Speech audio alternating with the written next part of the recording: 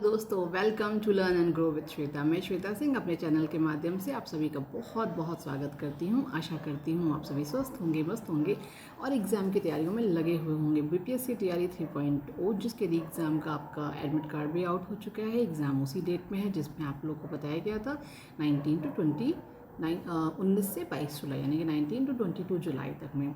तो समय ज़्यादा नहीं है, समय बहुत कम अब आपके पास है। अब आप अपनी मंजिल से, जिसको कह लीजिए कि नाम मात्र के फासले से दूर हैं, और अब आप लोगों को अपनी मेहनत को एकदम चरम पे पहुंचा देना है और एकदम पीक पे अपनी मेहनत को पहुंचाइए।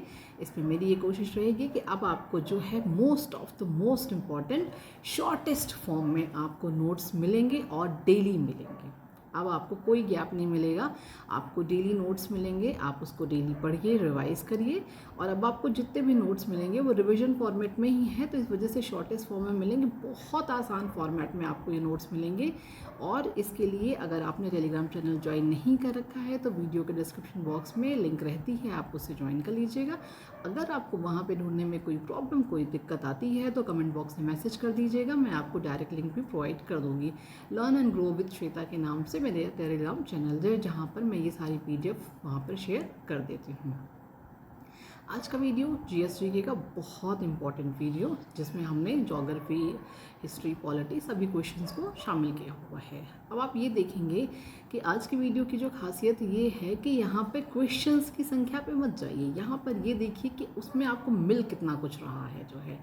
जैसे सबसे पहला क्वेश्चन ये है जिसमें मैंने भूमध्य रेखा, कर्क रेखा, मकर रेखा, आर्कटिक वृत्त और अंटार्कटिक वृत्त को शामिल किया है। आपको इनका मान पता होना चाहिए। कई बार मिलान के फॉर्मेट में या फिर जो है किसी न किसी तरह से जो है मान पूछ लिया जाता है या मिलान के तो फॉर्मेट में पूछ लेता है, बट लेकिन ये आता ज़रूर है जो है ज्योग्राफी का बेहद इंपॉर्टेंट टॉपिक।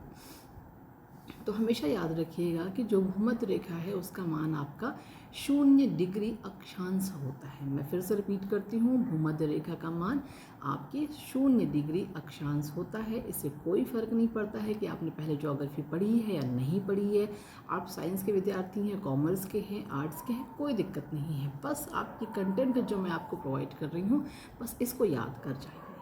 और अगर एग्ज़ाम में आपका आ गया कि भूमध्य रेखा, तो याद रखिएगा 0 डिग्री अक्षांश, 0 डिग्री अक्षांश को याद रखिएगा, ये उसका मान होता है।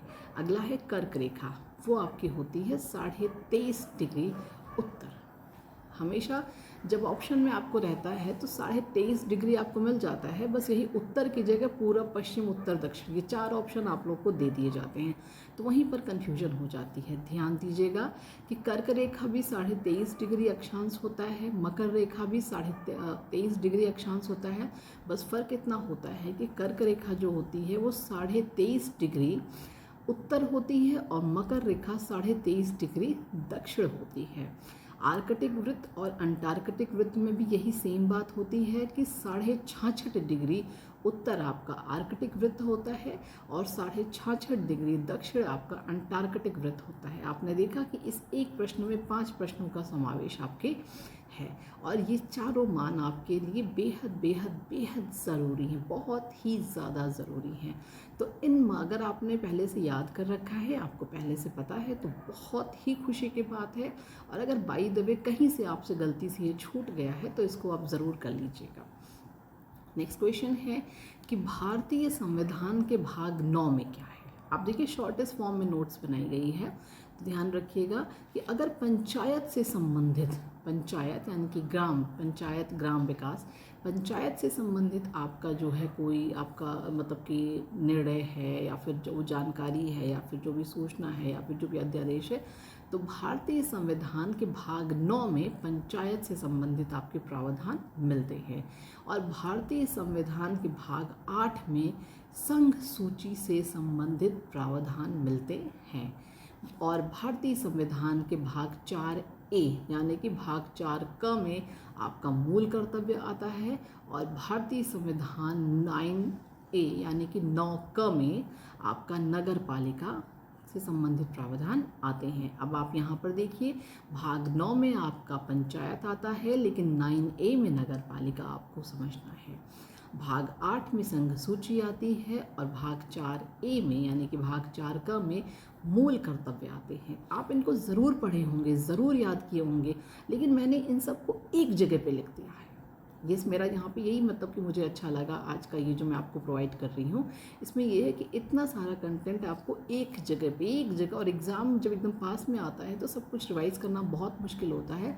और इसी वजह से मैं बहुत छोटी छोटी वीडियो बनाती हूँ कि ताकि आप उससे बोर भी ना हो और आपको लगे कि हाँ कम टाइम में आपने काफ़ी कुछ पढ़ा। हमारा नेक्स्ट क्वेश्चन है कि आपका जो मौलिक अधिकार है ये कहाँ से लिया गया है। तो मौलिक अधिकार आपके अमेरिका अधिकार पत्र यानी कि अमेरिका से लिया गया है। ठीक है। आपका जो राज्य के नीति निर्देशक तत्व हैं ये आपका आयरिश संविधान यानी कि आयरलैंड से लिया गया है। आपका मंत्रिमंडल सरकार मतलब ये जो आपका जो संविधान है, आपको पता है कि हमारा संविधान में सब जगह से कुछ ना कुछ थोड़ा थोड़ा आप वहाँ से चीज़ें, कंटेंट, थॉट, प्रोसेस ले करके फिर हमारा संविधान जो है वो तैयार किया गया है।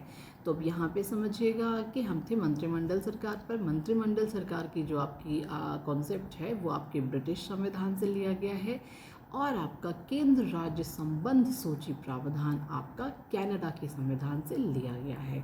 एक बार फिर से समझिएगा, मौलिक अधिकार का आपका जो हमारे संविधान में जो मौलिक अधिकार का उल्लेख है वो अमेरिका अधिकार पत्र यानी कि अमेरिका से लिया गया है। राज्य के नीति निर्देशक तत्व आयरिश संविधान से लिए गए हैं, मंत्रिमंडल सरकार आपके ब्रिटिश संविधान से और केंद्र राज्य संबंधी सूची आपका कनाडा से लिया हुआ है। तो मतलब हमारे संविधान में ये जो 4 तत्व है, मौलिक अधिकार, राज्य के नीति निर्देशक तत्व, मंत्रिमंडल सरकार और केंद्र राज्य संबंधी सूची, ये आपका संविधान में कहाँ से शामिल किया गया है, यहाँ पर इस चीज़ का वर्णन है। और आप जानते हैं, अगर आप एक अच्छे एस्पायरेंट हैं तो आप जानते हैं कि ये सारी चीज़ें एग्जाम के लिए कितनी महत्वपूर्ण होती हैं। हमारा नेक्स्ट क्वेश्चन है कि भारत पर आक्रमण करने वाले किस ईरानी शासक को ईरान का नेपोलियन कहा जाता है। तो ईरान का नेपोलियन हम कहते हैं नादिर शाह को। अब यहाँ पर हम कुछ नाम और उनके उपनाम पढ़ेंगे, मतलब इनको इस उपनाम से ये पॉपुलर थे, इस उपनाम से भी इनको जाना जाता है। जैसे बहादुर शाह प्रथम को शाह ए अकबर के नाम से जाना जाता है। फर्रुखसियर को मुगल वंश का घृणित कायर कहा जाता था। मुगल वंश का घृणित कायर फर्रुखसियर को कहा जाता था। और बहादुर शाह द्वितीय को जफ़र कहा जाता था, मतलब इनका पूरा नाम ऐसे लेते थे, बहादुर शाह द्वितीय जफ़र, तो ये इनका उपनाम है। और मोहम्मद शाह को रंगीला उपनाम से संबोधित किया जाता था। तो दोस्तों आज के वीडियो में हम इतना रखेंगे। मुझे उम्मीद है कि आज का ये रिवीजन का जो मेरा ये तरीका रहा है, ये जो फॉर्मेट रहा है, आप लोग को ज़रूर पसंद आया होगा। वीडियो अगर पसंद आती है तो लाइक शेयर सब्सक्राइब ज़रूर करिएगा। चैनल पर नए हैं तो बेल आइकन का बटन ज़रूर प्रेस करिएगा। और अगर बाकी आपको जो है मतलब बेल आइकन के बटन के आप जब प्रेस करते हैं तो उससे आपकी सुविधा ये होती है कि जब भी कोई नया वीडियो मैं अपने चैनल पर अपलोड करती हूँ तो उसकी नोटिफिकेशन आपको फ़ौरन मिल जाती है। बाकी बस आज की वीडियो में हम इतना ही रखते हैं। वादा है मेरा कि अब आपको डेली वीडियो मिलेगी इसी फॉर्मेट में, एकदम फटाफट, जैसे होता नहीं सुपरफास्ट सीरीज़ जो हम आपसे आज से आपकी चला रहे हैं। अब आपको ये सुपरफास्ट सीरीज़ आपके एग्ज़ाम तक मिलेगी। पूरी कोशिश रहेगी कहीं कोई गैप ना हो। बाकी कीप सपोर्टिंग माय चैनल, पढ़ते रहिए, पढ़ाते रहिए, खुश रहिए, अपना ध्यान रखिए। Thanks for watching my full video. Thank you so much. Good night, शुभ रात्रि, टेक केयर, शबा खैर, बाय बाय।